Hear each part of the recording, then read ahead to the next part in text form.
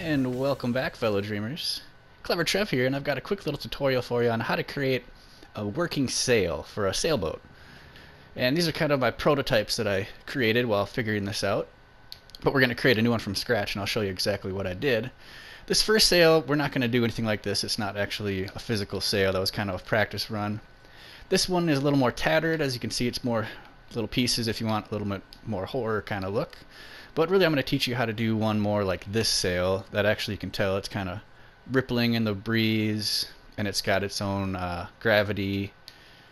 So I'm going to teach you how I did something like this, but I'm going to do it even better. We're going to make a better sail than that one. That one's kind of janky looking. So if we go to edit mode, you can see if I select this ship, you can just watch the sail. It's got its own physical properties. You can see it kind of follows. And it gets a little glitchy if you do it like too fast like I'm doing it, but so how do we do that? Let's start it from scratch. So if we look back at point A here, we've got these three ships with sails, but this lonely sailor back here, he doesn't have a sail. Let's give him a sail. So the first thing we're going to do is I recommend going to your guides and turn on your grid snap to 1. So do that. I also like having the floor on. But next go to sculpt mode, and then we're going to select this wedge. At least that's the shape I'm going to create, because that's the shape I want my sail to be.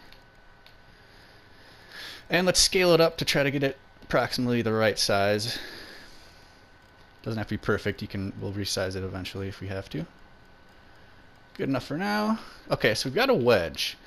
And the reason I made this wedge is because we're actually going to paint on top of this wedge our sail, and it'll be a nice flat painting as long as we use this wedge. And then we make sure we're going to go to paint mode, and make sure you go to your guides and turn on surface snap. That's going to lock anything you paint onto the surface. So let's go back to our flex, and let's get it a different color so we can actually see it. We can always change the color. So there's a red. And as far as a fleck goes, I've been using the triangles. I'm curious what a different fleck will look like, and I've been leaning towards this one. So let's try expressive. We can change that later too. Okay, now the next part is important.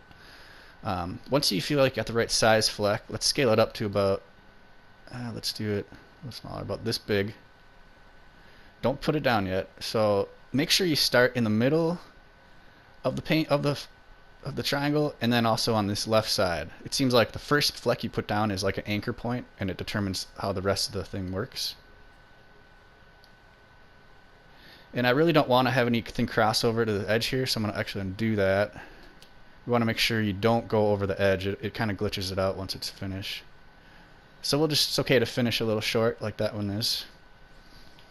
And I think I'm also going to maybe scale it up, sometimes. I'm also going to turn off this guide. I'm going to turn it down to, let's say, an eighth. Oops, get back in. Oh, dang it. Okay, forget about that. So here we go. Let's lay another stroke down. And try to keep it nice and straight. And now let's shrink the flex, and let's just kind of try to do it randomly. Maybe even leave a gap here and there. Oops. And I'll tend to get bigger. The flex will tend to be bigger the further down we go. So let's make sure we get a nice, size it up a tad here.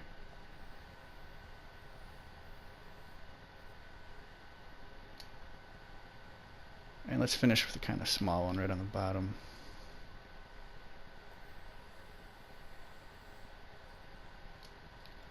There we go. Now let's go back up top. Make sure you're always painting from the left to the right if you're using this method that I'm using. There we go. Let's scale it up, and then we're going to have to start scaling it down quite a bit.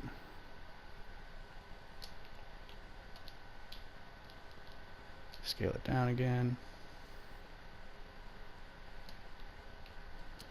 Let's make that a little smaller even.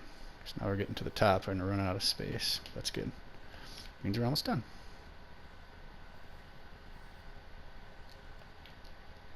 Scale it down. Take your time, I'm rushing a little bit. We're just making a nice happy sail.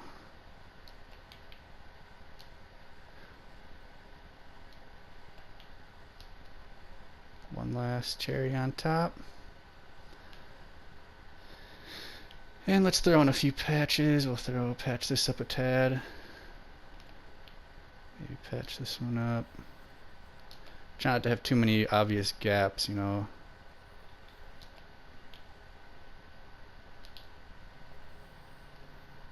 Even some random small ones here and there. Okay, confident with that.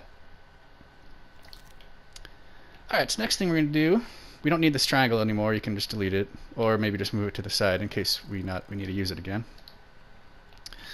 So this is still just a basic painting, nothing special about it, it's got no physical properties. But we're going to change that right now, so we're going to hit L1 and square on the painting. And let's turn the color up a bit, maybe change it to, I don't know, purplish blue. But really we're going to go to physical properties, and then you're going to make it physical. If you turn this on, it turns it into a physical object. So now if we grab it, you see it's got its own little, it actually reacts to gravity and stuff. And we're also going to turn up the floppiness to, let's say, about 80, whatever, 80, 82. Let's get the wing strength at about 20 for now. The flap frequency, let's keep that about 60.5. That's good. And then the wind ripple, we don't want it to throw it off too much. Let's keep the ripple at, that looks good, 59. And then we can also turn the gravity up and it'll actually kind of drag it down. We don't want that much gravity, so we're going to tone it. I only want a little gravity. Let's just say 10%. And it's looking like a sail already, check it out. Flapping in the breeze. But because it's a physical object, once we actually have it start moving, it's going to affect the whole thing as the momentum carries it forward. So that's essentially how you make the sail. The next part, we're gonna just attach it to the boat here. So I'm gonna grab the painting and kind of drag it over here and try to get it right where I want it, which is, you know, I already made these little attachments for the sail, so we just got to kind of try to line those up.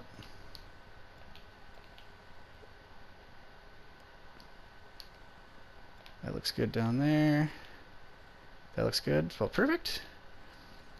And then what we can do is we just click on the painting, and we're going to click on the boat, whatever this is called, or just the boat.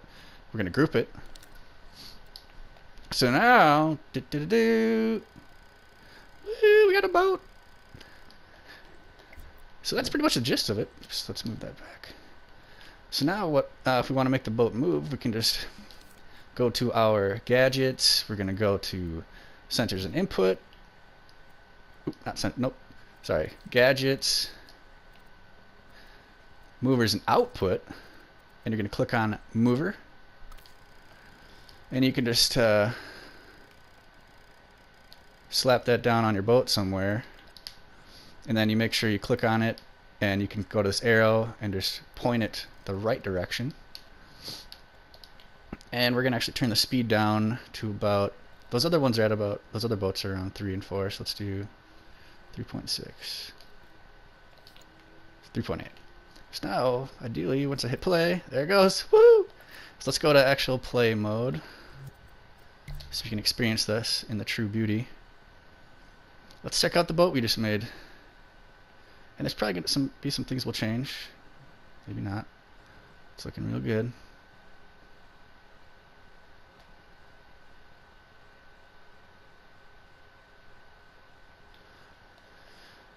Alright, let's change a few things. Go to edit mode. And you got to scope into the painting. Let's go back to physical properties. And we're going to crank these up a tad. So let's do frequency up to 70, 80. Wind ripple to 65. Let's turn the gravity up to 20. And now let's play it and see how it looks. See if that makes it a little more flappy. and actually still want to tweak it a little more. I'm going to turn the gravity up to, let's see, try 40. It looks creepy here, but once it starts moving, yeah, that's better. Okay. So there you have it, folks. That's how you make a physical moving flapping sail in the wind. It's you know, as long as you follow those instructions, you should be able to make it pretty easily. And you can apply this type of creation to a lot of different things. You know, you can make a cape, or you can make, you know, a scarf or a snake, you know, whatever. So I'll let this play out. My name is Clever Trev. Thanks for dreaming with me. I love making these kind of tutorials and playing dreams and just creating art, having fun. Give me a like and subscribe if you liked it and if you want to subscribe, but no pressure.